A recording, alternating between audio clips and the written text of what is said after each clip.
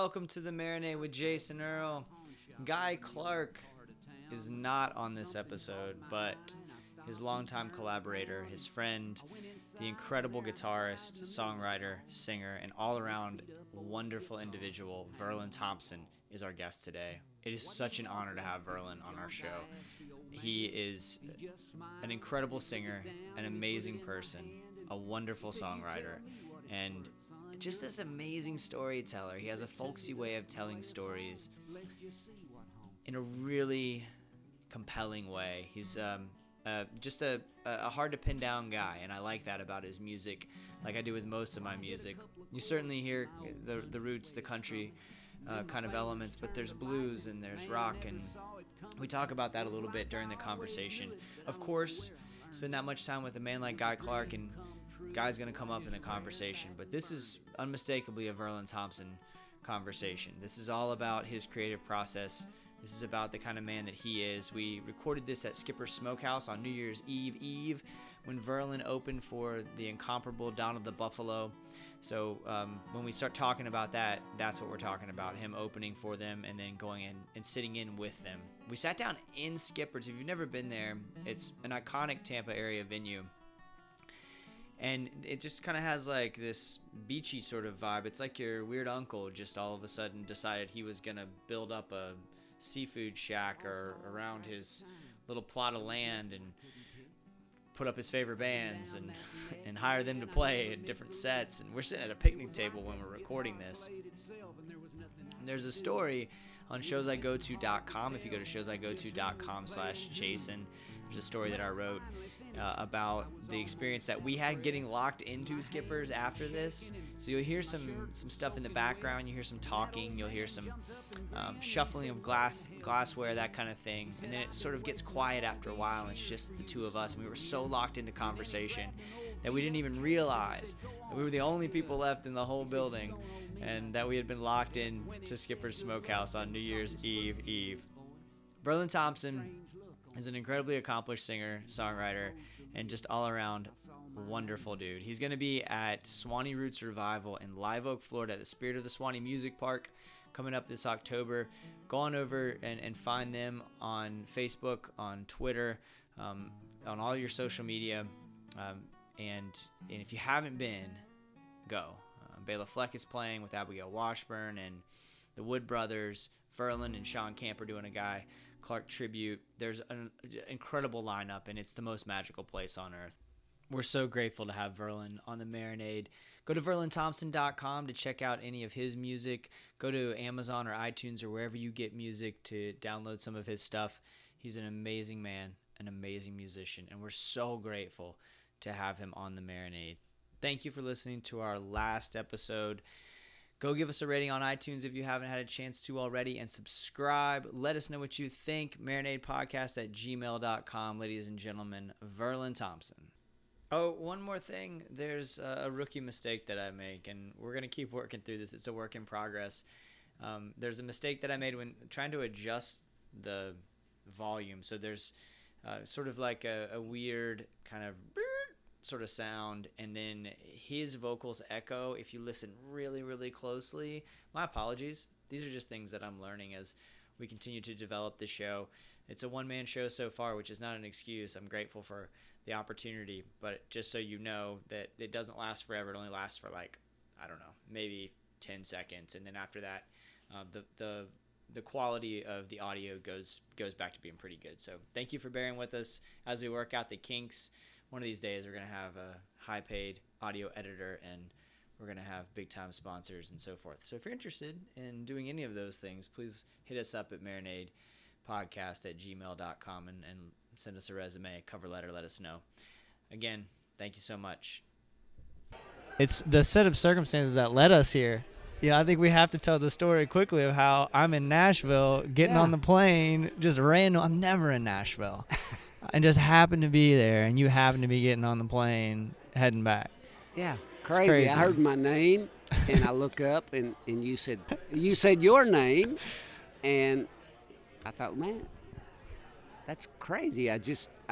5 minutes ago, I was looking at your name on my phone, a message about getting together and sitting down to talk, and Yeah. it was meant to be, I guess. Yeah, and it all worked out. Yeah. Man, I had all these things I wanted to talk to you about, but then that happened. And that was so, like, there's so much to say about Donna, and they're so wonderful, and it was great. Love them. But you come out there, first of all, your opening set was wonderful, and then you come out, and those, like, 4 songs you played in the middle of their set were just white hot, man. Just, like, took the energy to a different level. And I wanted to ask you about preparation for that, or like what you guys did, or what that looks like, or that's crazy. It's really insane because Jeb, I got here about 6 o'clock tonight, and Jeb said, "Oh yeah, man, we're waiting for Tara. She threw her back out. She's got to get a massage. Blah blah blah. And won't you come to the bus about 7 o'clock?" So 7 o'clock, I knock on the bus door. I get on there. We spend 15 minutes on the bus, and that's it. And I'm off the bus, and next thing you know, we're up there playing together, and they just. Basically, all I told them was the key and sort of the structure. I spent 1 minute per song, maybe, saying, here's the key, this is the verse pattern, here's the chorus, we might break down for this section, blah, blah, blah. And they're just consummate musicians, they can follow anything. The last tune that we did up there during the encore, I didn't tell them anything. We just launched into it. So that's why it's really an honor and a treat for me, because first of all, the musicianship is just impeccable. They're top of the line musicians, and they're also top of the line people. Right. They're just salt of the earth, and I'm just so thankful to be here and to be a part of it. Always, anytime they call me. Yeah. Is it would that same process bear out if you were, say, sitting in with somebody else, or does everybody approach it differently, or do you approach it differently? Not necessarily. There are bands that you would have to, even the best of the best bands, you'd have to give them a little more to go with. But these guys are just kind of, that's what they do. You know, what they do is, they're not about the technical precision kind of stuff. They're about heart and soul and feel. And they listen. And I know Dave, the keyboard guy, he came out during my opening set, after my opening set, he came to me and he said, "Verlon, were you having any problems up there hearing?" And I said, "Yeah, I was having a little bit of a problem. The mid-low end was kind of mushy and I was kind of running." And he said, "I'm going to fix that." And he went to the sound man. Before they started their set, he went up there and he tweaked it so that when I made my entrance, it was right. That's awesome. Isn't it? Yeah. I mean, it's just, he was so concerned about my comfort level that he, not about the band, not about his comfort level, right, about my comfort level. So, I mean, these guys are just, and that's why I've, it's been a kind of a slow development, but I've slowly grown to love these guys. I've watched them, and I've realized what they are and who they are, and it really it inspires me. Yeah. I'm a fan. Um, what about like your creative process just generally? Like if you're sitting down to write a song, does it look different for depending on if it's say a song that you would write for Guy or with Guy, or is it different if it's for you, or do you think differently about writing a song?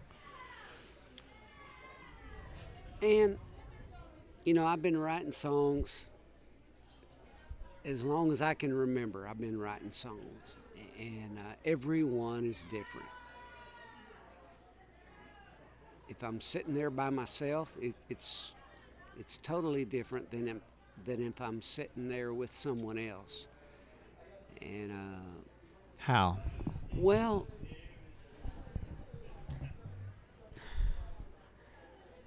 it's like this conversation. Our conversation is not the same as my thought process would be if I'm sitting here thinking about these things that we're discussing. Because there's two of us, and your input is equally as important as mine. And when I co-write with someone, when I sit down with someone else, it's very much a sharing, give and take, equal parts process. Your thoughts are as important as mine, and we have to find a way to make your thoughts weigh as heavily as my thoughts in the final product. And that's not always easy. Right. Because I may feel like my thoughts have more weight than yours. Right. Or I may feel like your thoughts have more weight than mine. But we have to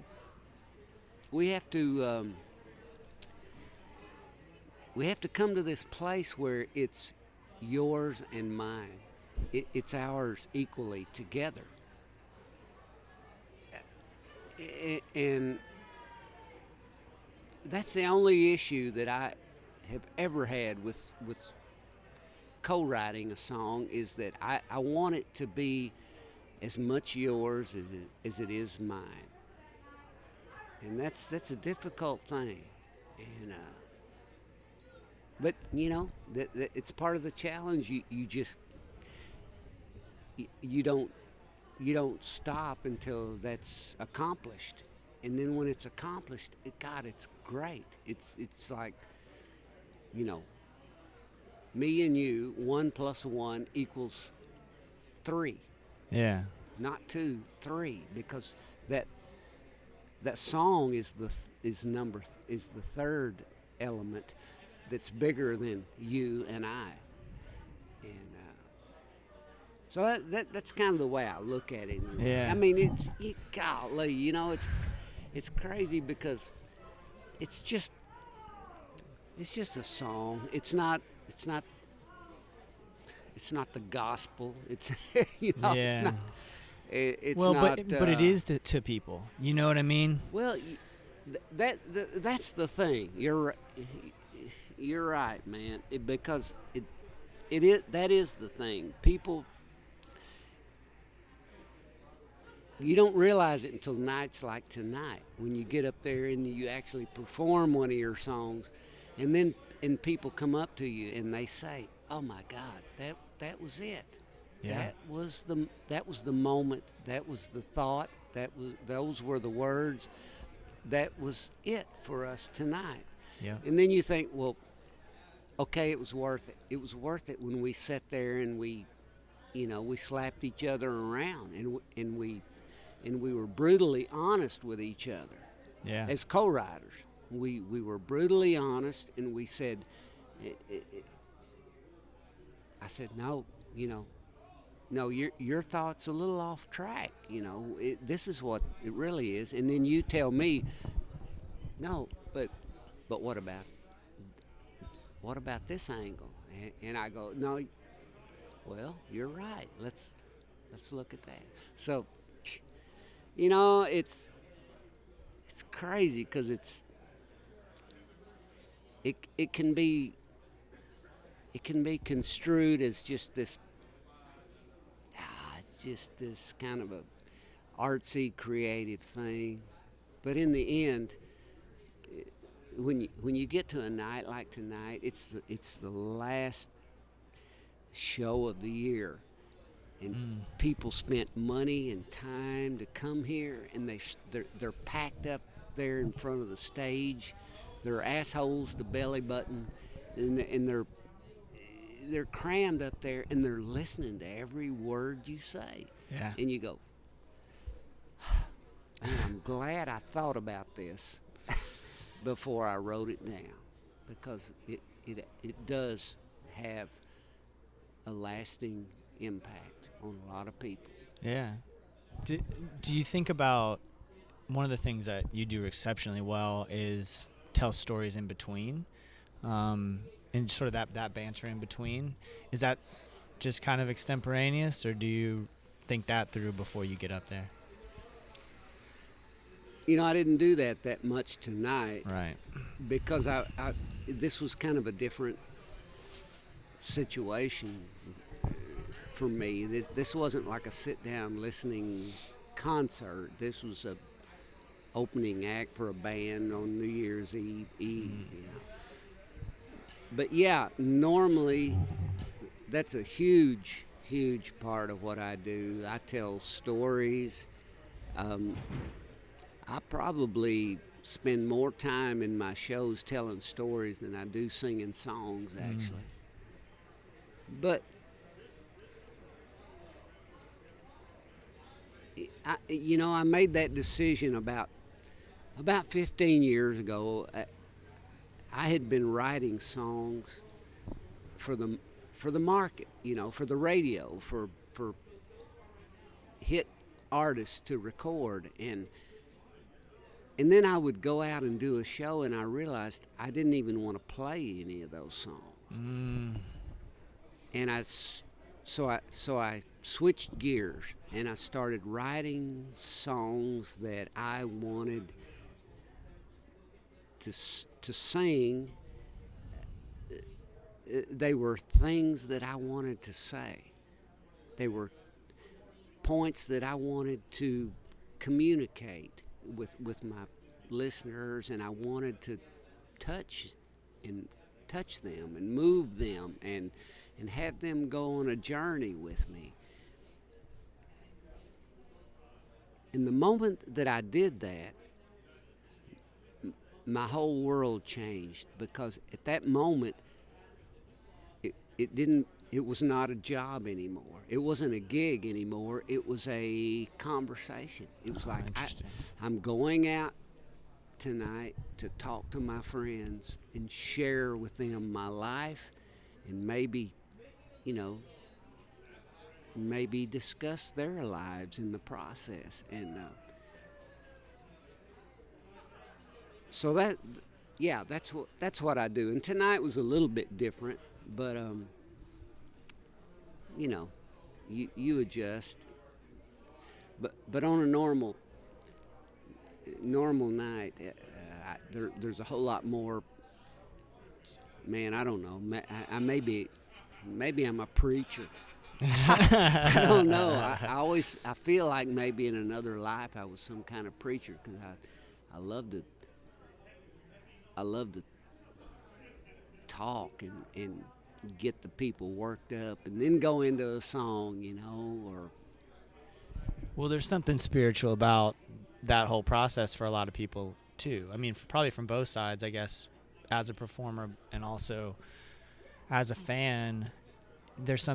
For a lot of people, this is their church, I mean, what you saw tonight, and what you see anytime Donna the Buffalo plays. Oh man, is that yeah. That's yeah. People are, like you said, for a lot of people that might be their big outing of the year, or they might have 2 or 3 of those. These and that's their people, thing. they spend their vacation days, their money, their time to come and be here for this. Yeah. And absolutely, it's church. It's, you know, and I kind of touched on it on stage there. You know, it is what we're really about in the end. In the very end, this is what we're about. We'll look back and we'll go, golly, man, remember that night at Skipper's when we all were standing up there, had our hands raised up and swaying together, and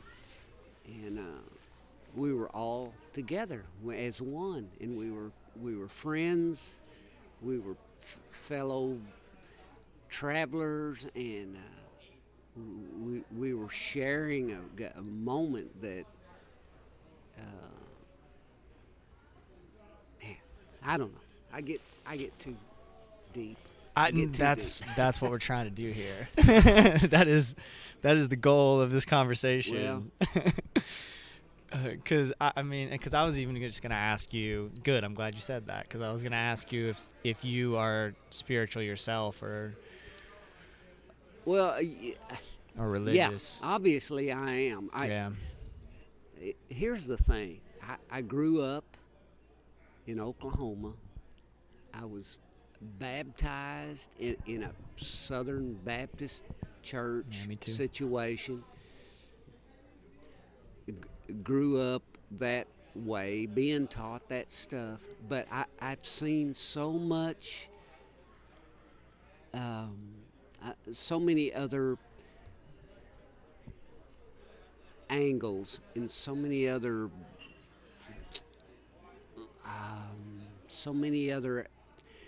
adaptations of what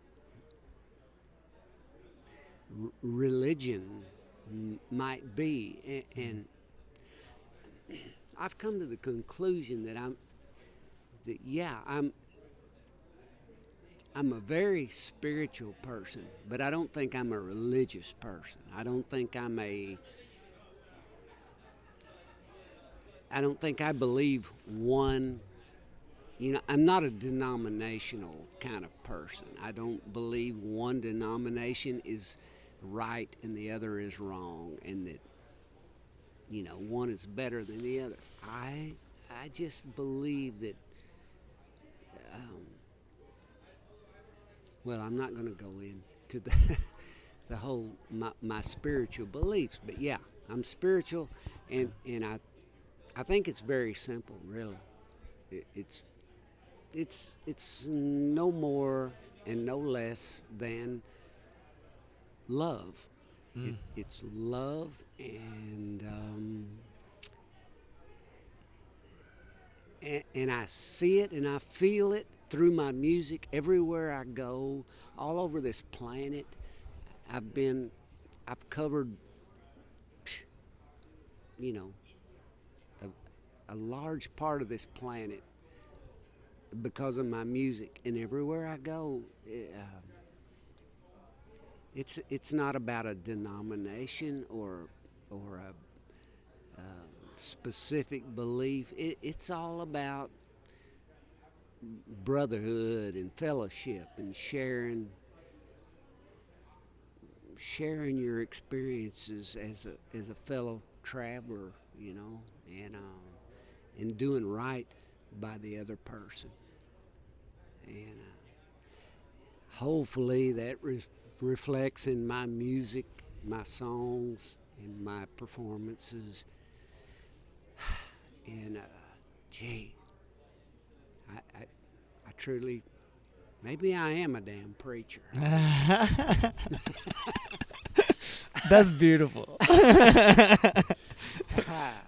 I mean, because a lot of your songs and all that comes through. So if that's your goal, all that stuff comes through, because a lot of your songs and your stories too tend to be about relationships with other people. I mean, that your songs tend to be about, you played that one in the music hall at Swanee Roots Revival this past year about your brother, And Mother's then, Day. yeah. Yeah, I meant to do that tonight. Now It's a beautiful I can song. get to it, yeah.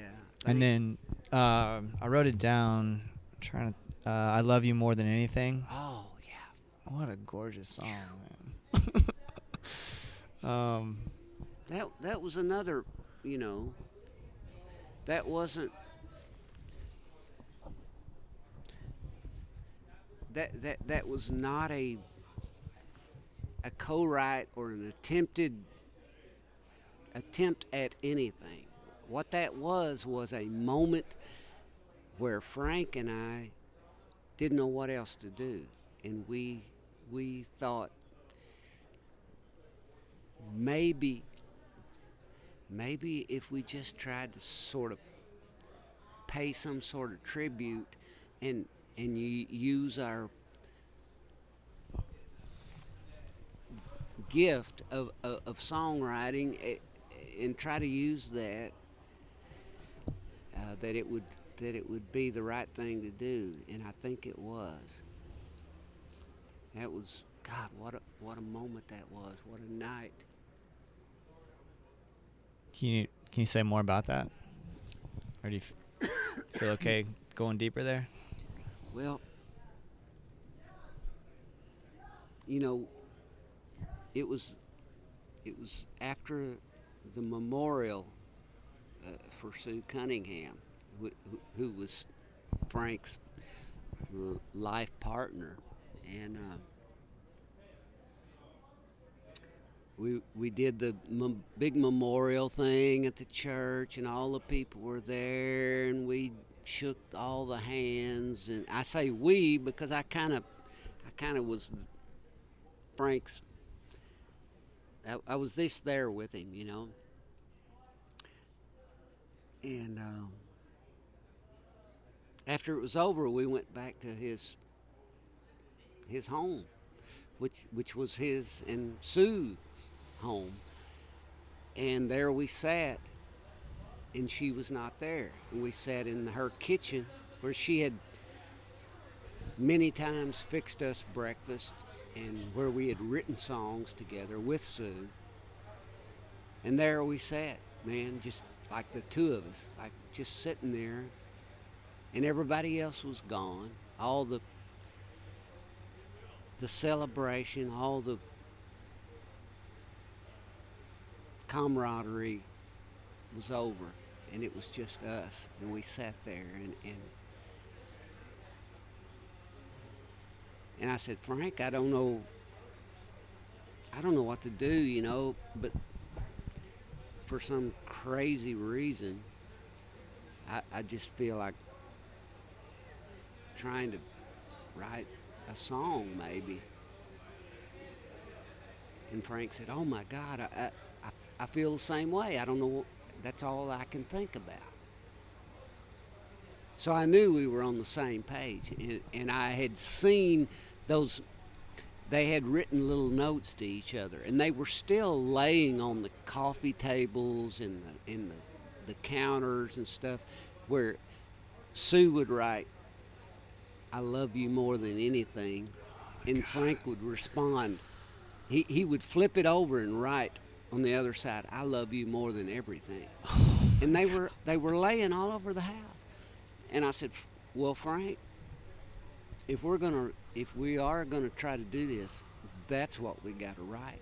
That is so precious and so that is you and Sue. That is your relationship. That's how you approached it. And he said, yeah, I think you're right, you know. And we just basically opened our hearts and minds and souls to the powers of whatever, and listened to it. And within about 30 minutes, we had that song. And that's amazing. It's one of the sweetest gifts I've ever gotten. Yeah. And I think Sue would really love it. And I'm sure she does love it. from her perch on high. I'm sure she's going, Frank, you and Verlon did a good thing there. Yeah. I don't know. Again, here I am. Do I sound like a preacher? I guess No. maybe so. No, I mean, you sound like a masterful storyteller, and you sound like somebody who's really passionate about people, is what you sound like. Now, whether that's preaching or not, I don't know, but you're clearly someone who gives a damn about the people around you, and that's amazing. And then you mentioned you played Old Friends, and then you talked about Guy a lot, and you talked about some of your kind of musical heroes and that kind of thing, and then you mentioned just how tough this year has been with some of the losses that we've had. Who, growing up and even now, I guess, like, who were your musical heroes, and how did they impact what you do? Wow.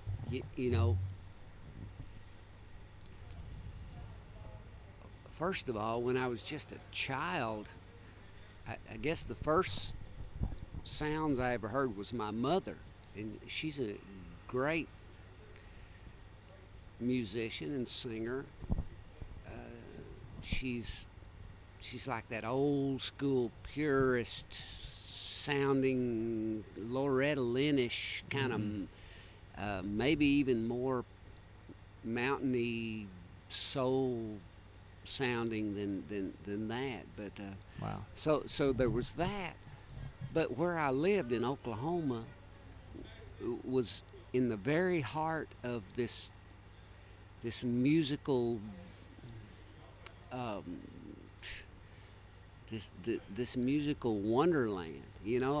I could turn to the north and hear Leon Russell. I could turn to the east and hear, or to the west and hear Roger Miller. I could turn to the south and hear Jimmy Webb, who wrote, Wichita Lineman, and By the Time I Get to Phoenix. And turn to the east and hear, who knows? I don't know. Even the Garth Brookses and the Vince Gills, the Reba McEntires, all of these, J.J. Cale, who wrote After Midnight, They Call Me the Breeze, those kind of, all this stuff was just like on top of me, and I literally I could almost hear it in the wind, and it had to sink in, and it did sink in, and I realized, man, those people are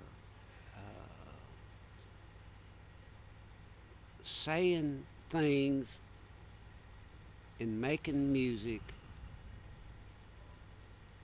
that reaches way beyond the boundaries of this little Oklahoma county that I live in. It was going worldwide, and I just kind of soaked it up, and that's what happened. Yeah, it's an interesting point too about, we briefly talked at the airport about growing up in a smaller town, and did you have a sense of the greater world through music, or was there something else?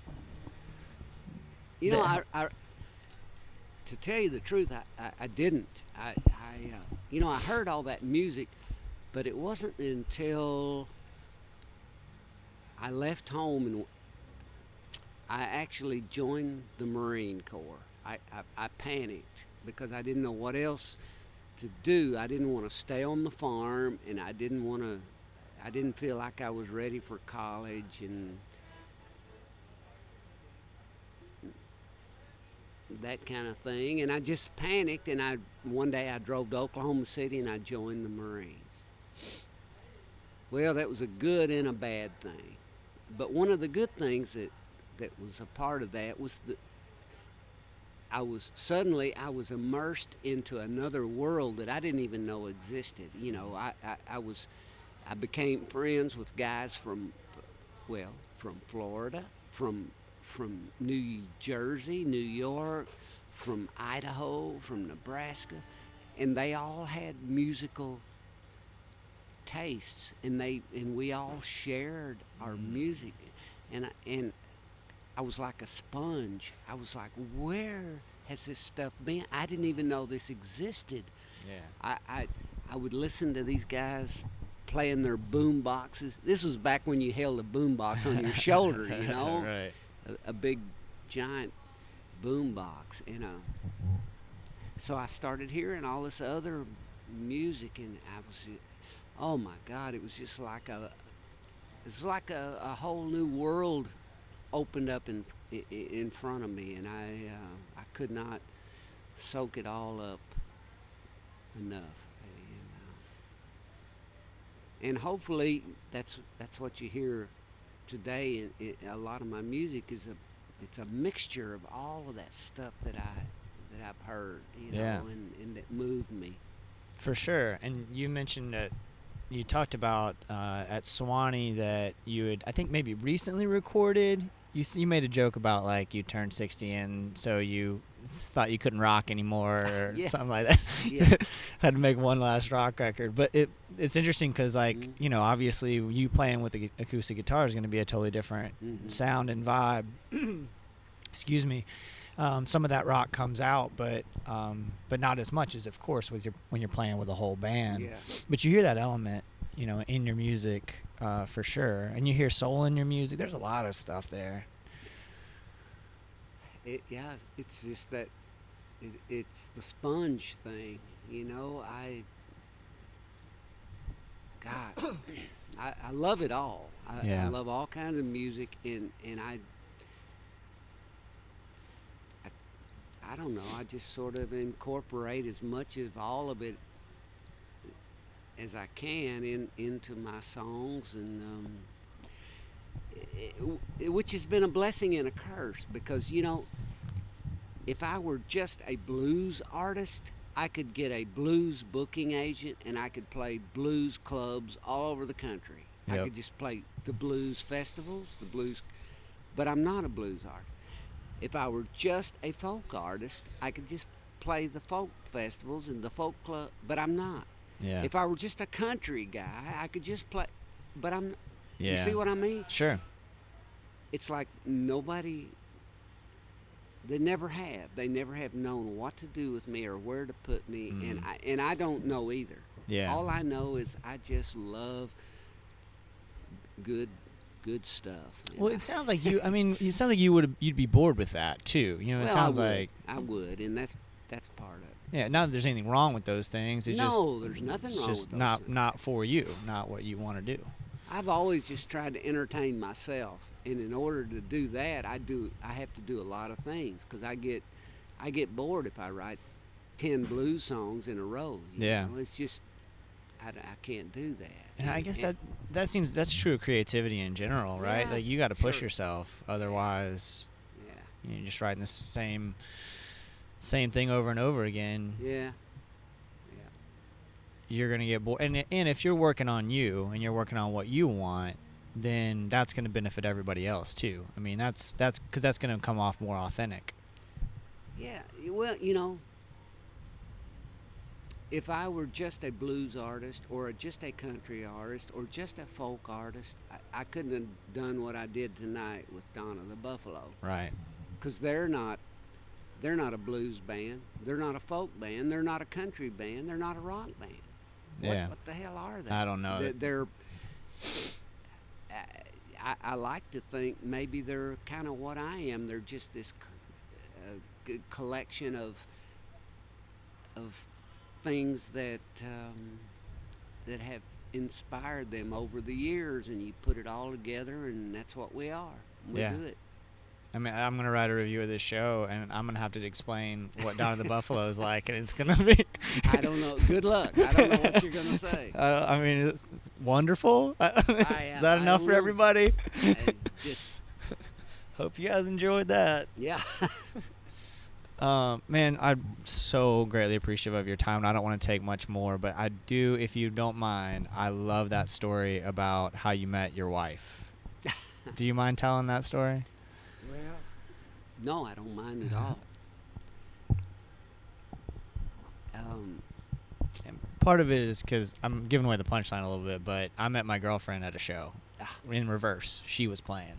Oh, you know. okay. So, but anyway, Oh, that one speaks to me. You know. Yeah, I see. Yeah. Well, I'm going to go back a little further than I usually go, and tell you that I had just come out of a disastrous relationship, and had sworn off women forever more. Yeah, that always works. Yeah, that always works. Famous last words. Yep. So guy drugged me out of my house and said, Verlon, you got to come play with me. I got to, we got this new CD coming out, and you got to come out back into the public and play. And I did. And it was at the Station Inn in Nashville, Tennessee. And there on the front row was the local news gal, who was my favorite of all. And I was so impressed that she was there, and I thought, man, she's even cooler than I thought, because she's such a Guy Clark fan. Right. Well, after the show, she didn't go up to Guy Clark. She came to me, and she started talking to me, making small talk. And I thought, well, she's just kind of trying to work her way up to Guy, as a lot of girls do, Sure. or did. And this happened 2 or 3 different times. And about the third time this happened, I'm back in the dressing room, and here comes Guy back there, he's smoking his cigarette, and he's like, hey, Verlon, you need to go out there and talk to Demetria Kaladimos. She likes you.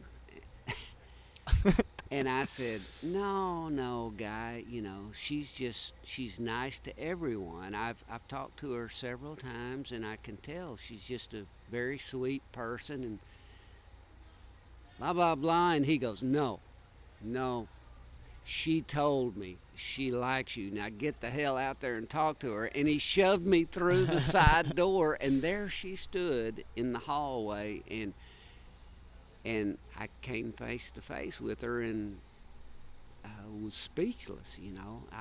I'd never really truly considered that she might be interested in me. And so all of these things that Guy Clark has done for me, he's responsible for the guitar that I play. Mm-hmm. He's responsible for the way I present myself in shows, the way I write songs, the way I do my music, and he's responsible for the woman that I love. It's just unbelievable what that man did for me. It's amazing. Yeah. That's a perfect way to end it. Verlon, thank you so much. Thank you, man. Thanks for hanging around. Yeah, it was worth it. Thanks. Thank you so much. Parasols and waltzes, long gone. Wow. And far away. The great Verlon Thompson. Such an honor. It seems fitting that we would play Sue Cunningham and Verlon doing Boiling Muddy Water in the background as we say goodbye to this particular episode. Episode 2 of the Marinade with Jason Earle. Thank you guys so much. Go back and listen to our episode with BJ Barham of American Aquarium if you haven't already. Check out Verlon's music and his tour schedule. If you ever have a chance to go see him play, do it. He's an incredible storyteller, as you just heard. He's a wonderful musician. His guitar playing, his singing, it's all worth your effort. So go see him play whenever you have a chance. If you're in the North Florida area in October, go to Swanee Roots Revival. It's, again, like I said, the happiest place on earth, and absolutely worth your time if you haven't been. If you have been, then you know exactly what I'm talking about, and there's no excuse. I hope to see you there. Come say hi if you are there. And we have some amazing guests lined up to interview at that particular event. So I'm really excited about that. Give us a rating on iTunes. Check us out. on all the social media. Just search the Marinade or Marinade Podcast, and it should pop up anywhere you go. Thank you so much for listening. Cheers, y'all.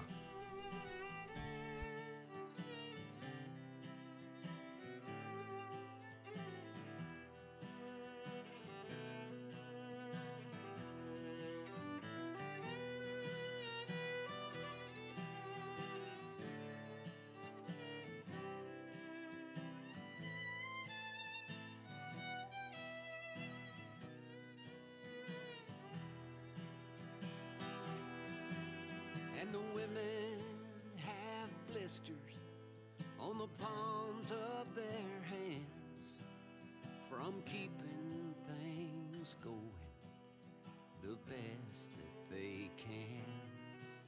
And the children are hiding, they're hungry and scared, and a mother can offer no more than a prayer.